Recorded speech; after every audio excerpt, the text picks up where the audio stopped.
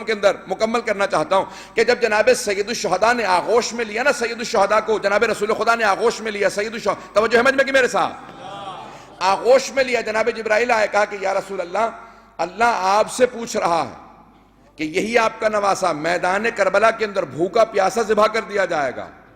تو جناب ختم مرتبت فوراً زار و قطار رونے لگے کہ مجھ سے اللہ کیا چاہتا ہے؟ کہ اللہ چاہتا ہے کہ آپ کہیں کہ آپ راضی ہیں، یہ شہادت کی جو قربانی حسین پیش کریں گے آپ اس پہ راضی ہیں، اتنی بڑی قربانی پہ۔ تو ختمی مرتبت زار و قطار رونے لگے، کہا ہاں میں حسین جو قربانی پیش کریں گے اس پہ راضی ہوں۔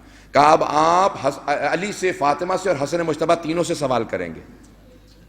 تو جناب ختمی مرتبت نے پہلے امیر المومنین کو بلایا، اور جناب امیر علیہ السلام نے پیغمبر اسلام کو اس طرح سے روتا دیکھا، آپ کی بھی آنکھوں میں آنسو آ گئے، سمجھ گئے کہ حسین ابن علی سے متعلق سوال ہے۔ کہا یا علی، اللہ نے آپ سے کہا ہے کہ آپ راضی ہیں اتنی بڑی قربانی پیش کی جائے گی۔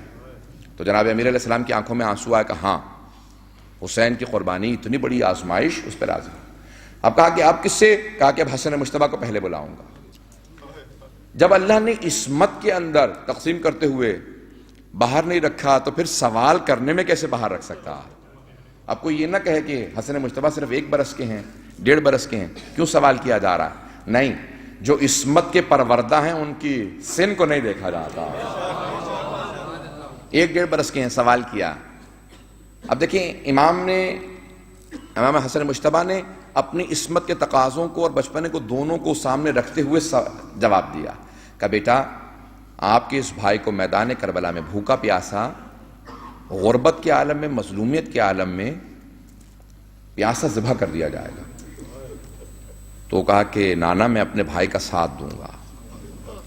کہا کہ اگر آپ شہید ہو جائیں تو کہا میں اپنے بیٹوں کو ساتھ بھیجوں گا، یعنی آپ پہلے سے خبر دے رہے ہیں کہ میں تیار ہوں اپنے سارے بیٹے قربان کرنے کے لیے۔ 4 بیٹے امام حسن مجتبیٰ کے میدان کربلا میں شہید ہیں، صرف جناب قاسم کا ذکر کیا جاتا ہے لیکن 4 بیٹے شہید ہیں۔ میں نے کہا نا کہ مقاتل کی بھی سارے روایات پڑھی ہی نہیں گئی ہیں۔ اب جناب رسول خدا نے کہا کہ علی، فاطمہ کو آپ بتائیں گے یا میں بتاؤں؟ تو جناب امیر علیہ السلام سمجھ رہے ہیں کہ یہ بہت مشکل کام ہے کہ اجازت لینا جناب سیدہ سے۔ اہل بیت جانتے ہیں علم لدنی کے مالک ہیں، ان کا علم عام علم نہیں ہے، میرے اور آپ کے علم جیسا نہیں ہے، وہ علم غیب کے مالک ہیں، علم لدنی کے مالک ہیں۔ لیکن اب کیا کریں؟ اجازت لینا ہے نا کہ جناب جبرائیل آئے ہیں کہ آپ اجازت دیجئے اس کے لیے، اس قربانی کے لیے۔ تو کیا کہا جناب امیر علیہ السلام نے رسول خدا کو کہا کہ یا علی آپ بتائیں گے یا میں بتاؤں؟ کہا یا رسول خدا بتائیں آپ، سنبھالوں گا میں۔ یعنی کیا مطلب؟ جناب امیر جانتے ہیں کہ سیدہ کو سنبھالنے کی ضرورت ہوگی۔ کہا آپ بتائیں سنبھالوں گا میں، بتائیں آپ سنبھالوں گا میں۔ تو اب جناب ختمی مرتبت نے یہی فوراً سوال کیا تھا، سیدہ بہت ضروری بات کرنی۔ کہا بابا اس طرح سے آپ کے چہرے پہ آنسو بکھرے ہوئے ہیں۔ جناب سیدہ کو رسول خدا سے اپنے بابا سے بے انتہا محبت، ہر بیٹی کو محبت ہوتی ہے، لیکن اگر رسول خدا جیسے باپ ہوں تو جیسی آنسو کو بکھرتا دیکھا نا تو خود ہی جناب سیدہ زار و قطار ہونے لگی۔ کہا بابا فرمائیے۔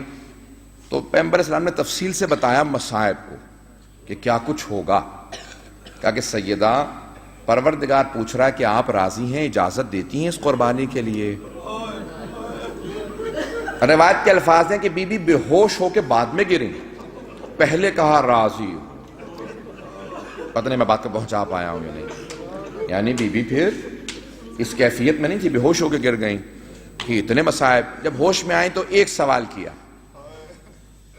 کہا کہ خدا کہتا ہے آپ سب کو حق حاصل ہے، حسین پہ جو گریہ کرنے والے ہیں، جو حسین پہ قربانیاں دینے والے ہیں، ان سب کے لیے ایک ایک حق حاصل ہے۔ تو جناب سیدہ نے یہی کہا کہ بابا پھر میں ہر رونے والے کی شفاعت کر رہا ہوں،